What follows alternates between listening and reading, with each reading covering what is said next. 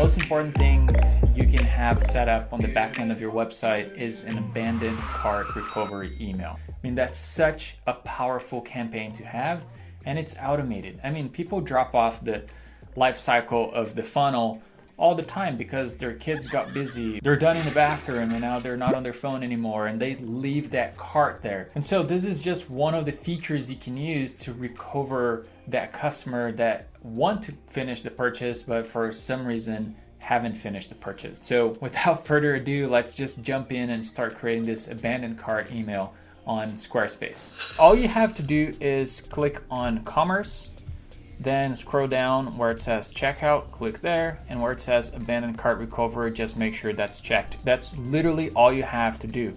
They have their standard email, but I highly recommend you click on customize email so you can write more of a personalized message to the customer that abandoned the cart throughout the checkout process.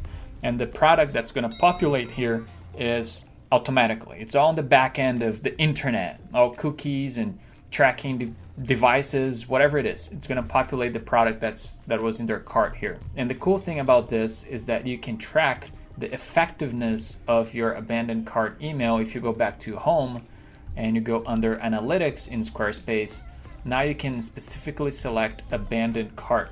That's literally it. It's that simple to create an abandoned cart email on Squarespace. I have so many more videos I want to shoot, but if there's something specific you want me to record and do a quick little tutorial, just drop a comment below. I reply to every single comment. I engage with everyone who engages with the channel.